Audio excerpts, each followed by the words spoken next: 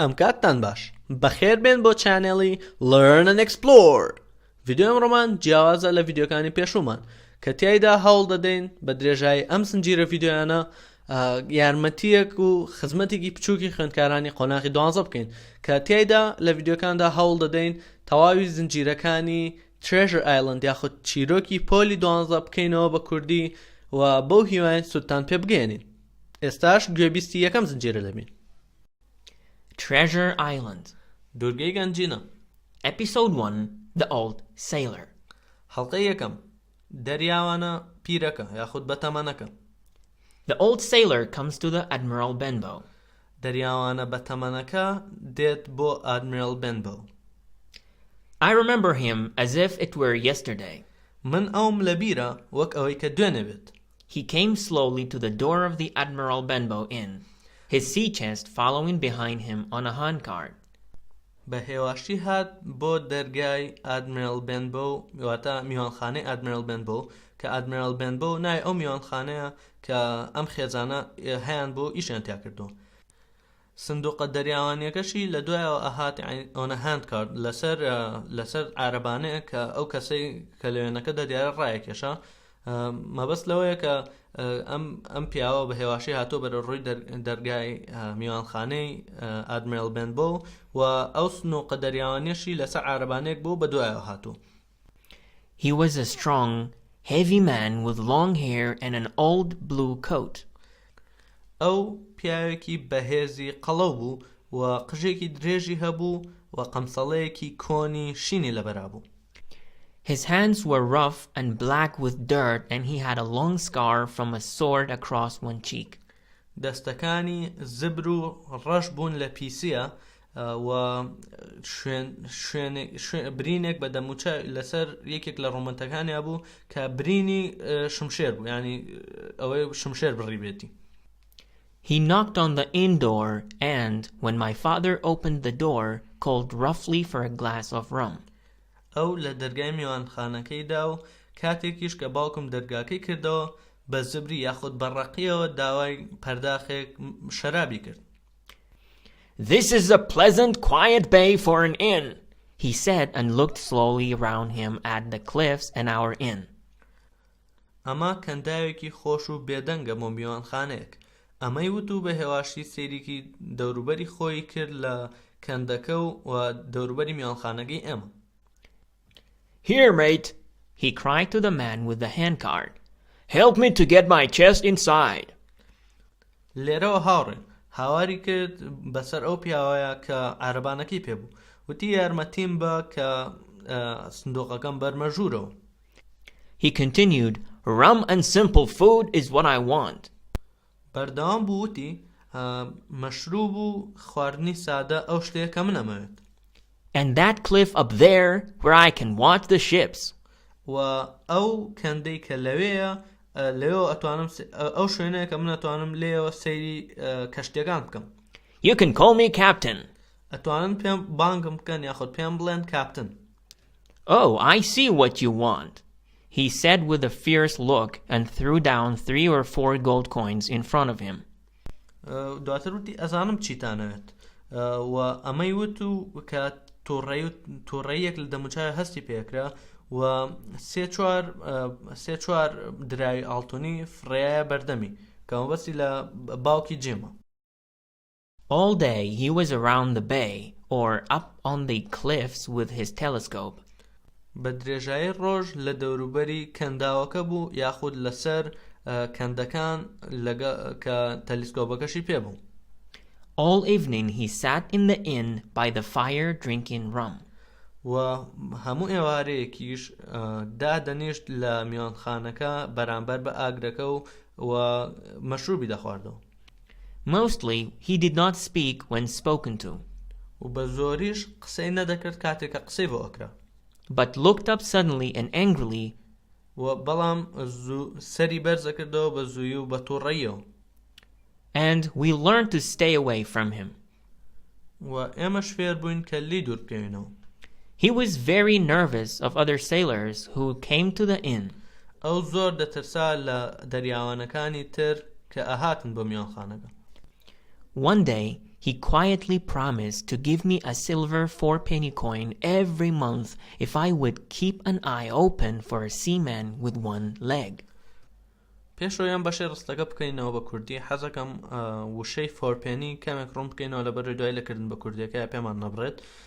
فۆرپێنی جۆرێکە لە دراوی کانزایی کە لەو سەردەمایە بەکار هاتووە و پێنی خۆشی بچووکترە لە پاون چۆن لە دۆلار بچووکتر سنت هەیە و لە پێنیش لە پاون بچووکترە. لێرەدا ئەڵێت ڕۆژێک بەڵێنی ئەوەی بە هێمنی یاخود بە بێدەنگی بەڵێنی ئەوەی پێدام کە هەموو مانگێک دراوێکی زیوی فۆرپێنی کە ئەو جۆرە کانسایە کە باسمان کرد دراوێکم لەوە بداتێ ئەگەر ئاگایەکم لە چاوم بکەمەوە بۆ پیاوێکی دەریاوان کە قاچی هەیە. ئەمە مەوەستی لەوەیە ئەگەر ئەم بینی بە کاپتنەکە بڵێت و ئاگاداری بکاتەوە. The captain often drank too much rum and sang his old wild sea songs.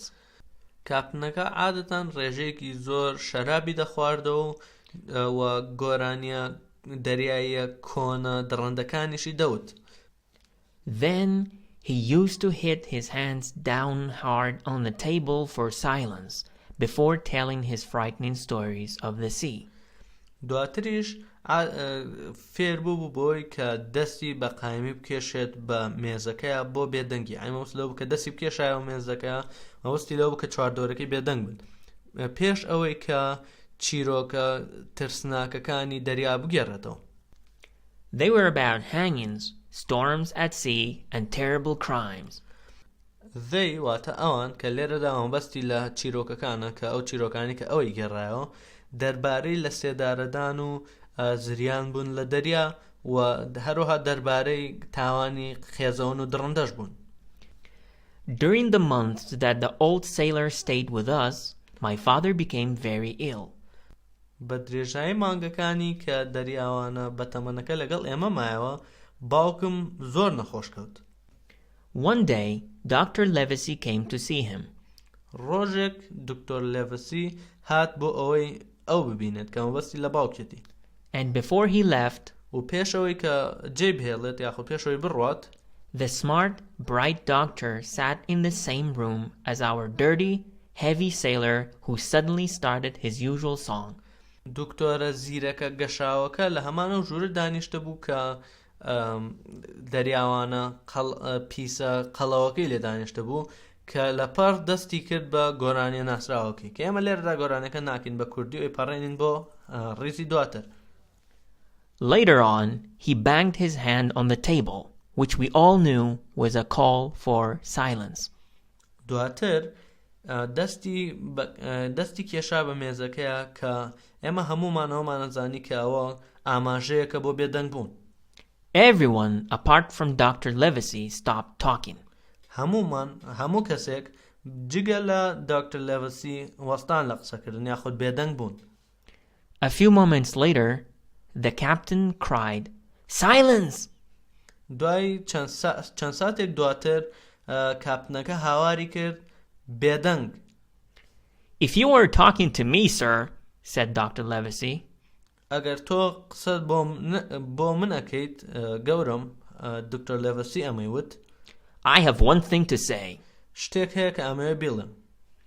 If you go on drinking so much rum, ئەگەر بەردەوام بیت لە خواردنەوەی ڕێژەیەکی زۆر لە شەراب then the world will soon be free of a very dirty old scoundrel. دواتر جیهان ڕزگاری ئەبێت بە زووی ڕزگاری ئەبێت لە دەستی کەسێکی چەپەڵی خراپی کەسێکی چەپەڵی بەتەمەنی خراپ کە سکاوندڕڵ مەوەستی لە کەسێکی خراپە و ئەم ڕستەیەش مەوەستی لەوەیە کە ئەمریت و لە کۆڵمانە بیتەوە. The captain jumped to his feet and took a knife out of his pocket. کاپتنەکە هەستا سەر پێی و چەقۆیەکی لە گیرفانی دەرکرد. The doctor did not move but spoke slowly. دکتۆرەکە نەجوڵە بەڵام بە هێواشی قسەی کرد. I am a man of the law, a magistrate, as well as a doctor. من پیاوی یاسام. A magistrate واتە دادوەرێکی لاوەکیم و لە هەمان کاتە دکتۆرێکیش. If you do not put that knife away, ئەگەر ئەو چەقۆیە لا نەبیت you will go to the next court and will be hanged. دەڕۆیت بۆ دادگای دواتر و لە سێدارە دەدرێت.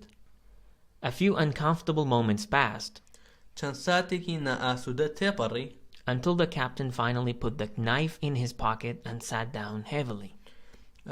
هەتاوەکو کاپتنەکە لە کۆتاییە چەقۆکەی لابرد و چەقۆکەی کردەوە گیرفانی و بە تووڕە یاخود بە قورسیەوە دانیشت. بەم شێوازەش کۆتاییمان بە بەشی یەکی ئەپیسۆدی یەکێنە. بەو هیوایەن سوودتان لێوەرگرت بێت و ئەگەر دەتانەوێت بەردەوام بین ئەوە لە کۆمنت ڕای خۆتانمان بۆ بنووسن و پشتگیری خۆتان دەرببڕن و ڤیدیۆکە بۆ هاوڕێکانتان بنێرن بە ئەو خوێندکارانی لە قۆناغی 12 بۆ ئەوەی بتوانین ئەگەر سوودێکی کەمیش بێت پێیان بگەێنین. هیوامان کاتێکی خۆشە بۆ گشت لە یەکتان. خواتان لەگەڵ.